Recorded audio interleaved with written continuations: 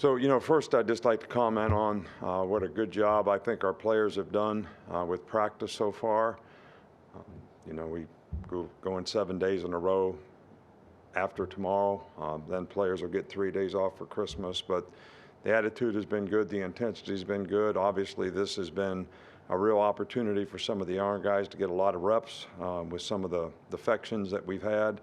And I think it's really, really good. I like the attitude of the team, and I'm encouraged by what we've been able to accomplish and what we've been able to do. Obviously, today was signing day, and we're obviously very pleased with the class we were able to attract. Got a good bunch of players, but I think what I like about this group the most is it seems like they have really good character. We still sort of try to get guys to buy into developing, creating value for their future based on, getting an education, being a good person, being the best football player they could be. So, I feel like, the kind of guys that we were able to attract are, the right kind of guys. And, we're excited about the class. I think the coaching staff did a fantastic job. This is a long-term process. Guys really worked hard at this, not only in the evaluation process, but also in the recruiting process. And, the university community really helps us in a lot of ways, helps us have very positive official visits from Dr. Bell to Greg Byrne to the university community, the professors who help us in recruiting to, our entire recruiting staff and everybody involved in our organization. So relationships are really important to have a lot of good people in the organization that are, going to be in position to help guys, sort of develop responsibility for their own self-determination by being accountable personally, academically, and athletically, and having the right kind of folks to do that, I think, is something that really helps us in recruiting. So, I'd like to also reiterate that I think this is the last time I'll get to talk to you before, the Christmas holidays. Wish everybody a happy holiday out there. I'd also like to encourage, folks to, support our team in the Sugar Bowl. This team has worked hard. I know we lost a couple games on the last play of the game, but I think these guys have worked hard all year, and positive energy is always important to, continuing to have a successful program. So we'd appreciate your support when it comes to, our team being in New Orleans. Start up from Chase. On the signing class, did you find that NIL had about the same impact on this recruiting cycle as it did the last recruiting cycle, or is NIL just something that ever evolves and is always changing its stripes? We're not allowed to be involved in NLI, at least from my perspective. And, I do think that it did have an impact on recruiting with some players. And I don't know how you make comments about things that really is kind of a crazy, a little bit of a crazy situation right now, and there's not really a sensible response to it. So I don't know how to really respond to it other than the fact that, we do a great job of trying to sell what we can do to create value for players and what they can create for themselves here, because our players have done a really good job of creating value for themselves in name, image, and likeness by what they do after they get here. Go to Aaron. Settles in the middle. With some of the changes we've seen in college football, particularly the COVID rules that you've had to deal with the last few years, what was it like being in homes as much as you liked, and how did that, if at all, impact the evaluation process? Well, I think really what it helps is it really helps relationships. You get to know the parents better, you get to know the families better, you get to know people better. One of the things that always strikes me, and this is one thing that you couldn't do during COVID, so I guess one day that class will come up, but every time I take pictures with the guys that graduate, when they walk up to me and I shake hands with them and congratulate them, the first thing that comes to my mind is their home visit. When I was in their home, whether we had fried chicken, or whatever the situation was, that's the first thing I remember. And that's because you develop relationships with the family and the parents. You're in their home. Their hospitality is really, really appreciated. We've got some great parents, and obviously we want to have great relationships with them. So I think it has a huge impact for me in terms of getting to know them, and I think it has a good impact on them in terms of they get to evaluate and get to know us a little better. Stay on that side with Michael. Two quarterbacks in this class. Can you tell us what each one of them brings to the program? Well, we're obviously happy with both guys. They've both been in successful programs. We know a lot about them. They're great people. I think they have really good potential. I think with this day and age, you really, want to make sure when, basically guys can leave your team whenever they want, that you have enough guys at each position, and that they want to be the kind of guys that want to develop, at that position. So, and I think both of these guys are very much committed to that. So, I mean, other than that, they're the kind of guys that we want, and I think they fit the profile of what we need at the position. Back on the right with Charlie. And a guy like Caleb Downs, I know there's a lot to like about his game, but what stands out the most to you about him as a player? Well, first of all, he's a great person, really smart football player. Football means a lot to him.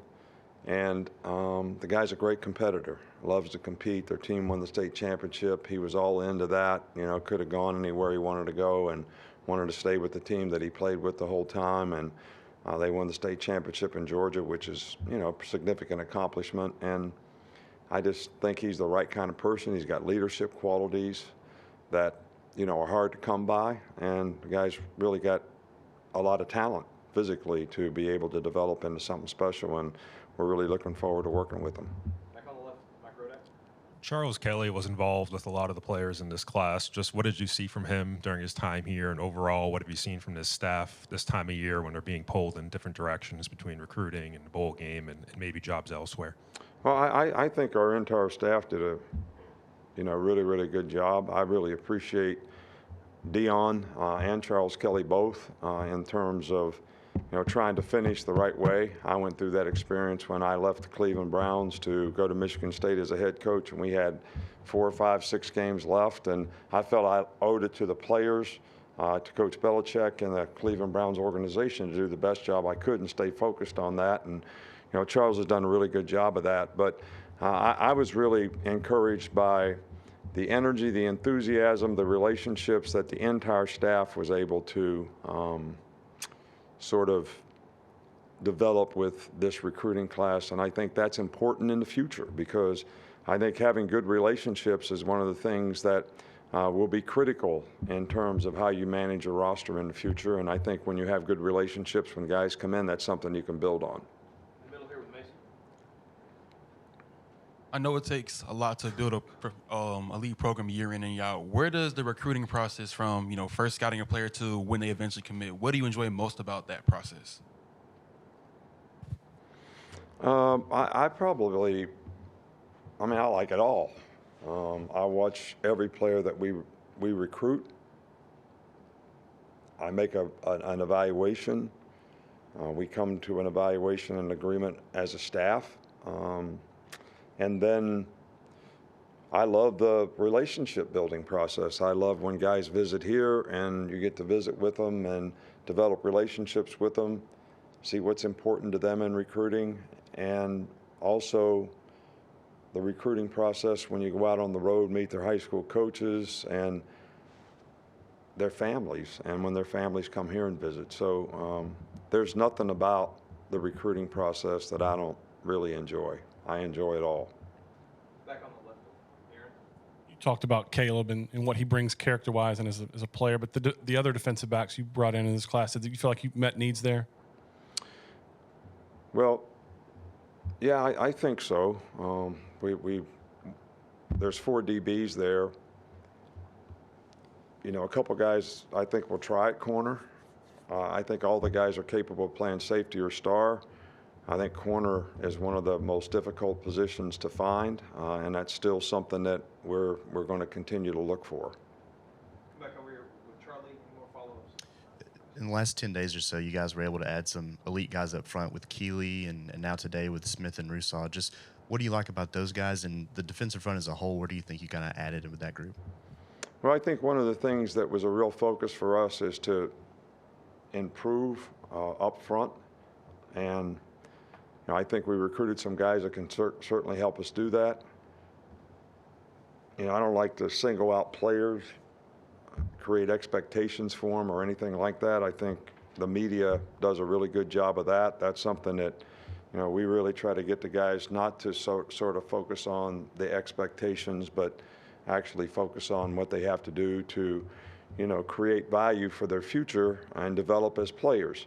And that's what we're going to focus on with these guys. But I do think those guys that we were able to recruit, and you mentioned a few of them there, are certainly going to be guys that can help us in the front seven in the very near future. Okay, unless we have another follow-up, we'll finish up with Mason.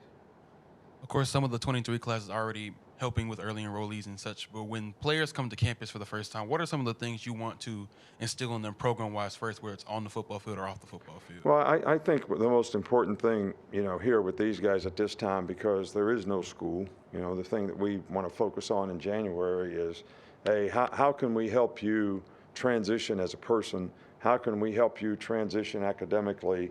And how can we help you transition and develop as a football player? Well, right now, we're just having bowl practice.